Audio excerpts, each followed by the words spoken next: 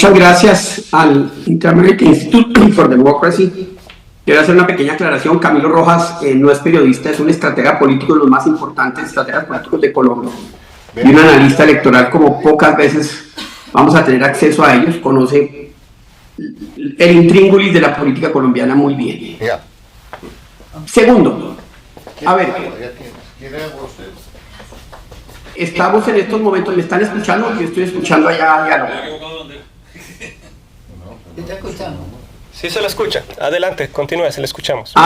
Es que escucho diálogo allá en otros micrófonos. Lo que quería decirles es, lo de Colombia es simplemente una expresión más profunda de lo que pasó o de lo que está pasando en el mundo, entre una división, entre una izquierda cada vez más populista que piensa que el Estado puede hacer todo, y una derecha que dice, hombre, los derechos individuales, la fortaleza individual, el esfuerzo individual tiene que ser recompensado, el sector privado es fundamental, la seguridad es un elemento crítico.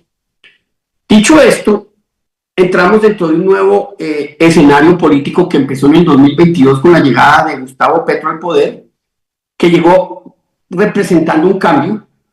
Mucha gente de centro votó por él, porque dijo, qué bueno un cambio, una manera distinta de hacer política. Y en estos 4 años lo que vimos es más corrupción que nunca en la historia de Colombia.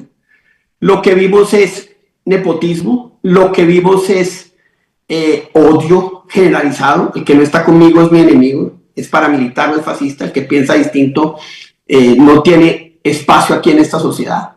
Lo que vimos en estos 4 años que acaban de terminar es el crecimiento desmedido de los narcotraficantes, de la guerrilla, que son narcotraficantes con apellido, de las organizaciones criminales, y lo que vimos en estos 4 años es un desorden institucional y un caos fiscal, que es lo que ha generado el crecimiento económico. Colombia, el próximo presidente, en octubre no va a tener plata para pagar sueldos, se gastaron toda la plata, endeudaron al país de una manera que van a tener que tomarse unas medidas brutales en los próximos meses si Abelardo del Espriella es presidente.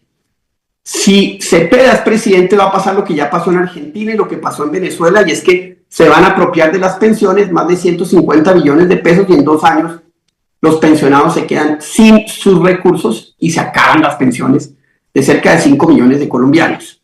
Entonces está en juego no solo el modelo económico, no solo el modelo político, sino la seguridad del continente. Porque si en Colombia pasa lo que pasó en Venezuela, no son 8 millones de colombianos los que van a ir a la frontera. Van a ser 15, 20, 25 millones de colombianos los que van a empezar a irse del país. Entonces lo que está en juego es la estabilidad del continente. Lo que hay claro frente al señor Iván Cepeda es que sí, no es Petro, es la profundización de Petro. Es un Petro que sí va a acabar con la separación de poderes. Es un Petro que sí va a eliminar la independencia de la justicia. Es un Petro que sí va a ser constituyente real. Es más, en el programa, antes de que eso le empezara a costar votos, en las 400 páginas, en cada una de ellas hablaba del poder constituyente. Ahora, en su programa de 120 páginas, ya no, pero sabemos cómo es eso. Entonces, Cepeda es una mezcla de Lenin con Stalin. Digamos, la tranquilidad, pero profundidad ideológica de Lenin, pero el machete, el fusil de Stalin, y por eso yo sí creo que estamos jugando en estos momentos con el futuro de la democracia y la libertad en Colombia. Los computadores de Reyes que fueron capturados en una operación en Ecuador hablan de la estrecha relación de Cepeda con las FARC. Un miembro del Partido Comunista que tuvo que ser asilado en Europa escribió una carta el año pasado diciendo, si este señor es presidente, mire lo que va a pasar, y acabó asilado por amenazas de las FARC. Y dice, esas amenazas provinieron de un grupo de gente en el que estaba el señor Iván Cepeda, que amenazaba a los miembros del Partido Comunista y mataba, que no estaban de acuerdo con su opinión. Entonces, ese es el candidato que tenemos al otro lado. Puede que no nos guste Abelardo de la Espriella, lo que tenemos al otro lado es el fin de la democracia y el fin de la institucionalidad y de la libertad en Colombia. Van a ver ustedes por qué están pasando y cómo están las cosas con Camilo Rojas, Pero déjenme decirles una cosa que pasó hoy que es muy importante, y es el papel de Estados Unidos. El señor Abelardo Espeya nombró con nombre y apellido las personas que compran votos, que tergiversan votos, que hacen fraude, que utilizan el sistema para ganar elecciones. Estados Unidos ya empezó a quitarle las visas a ellos y a sus familias. Haber puesto en la OFAC a Petro es un mensaje que le llega a muchos de los que también van a empezar a intervenir en la campaña.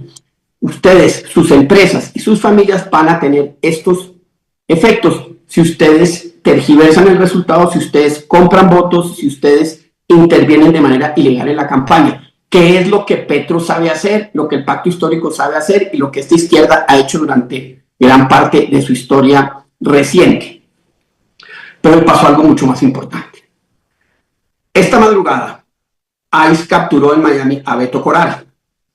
Beto Corral es un activista furibundo, furioso, financiado por el gobierno, que hacía toda clase de cosas en Miami, que supuestamente estaba asilado, y el mensaje de su captura, y creo que vienen 2 golpes más, es clarísimo.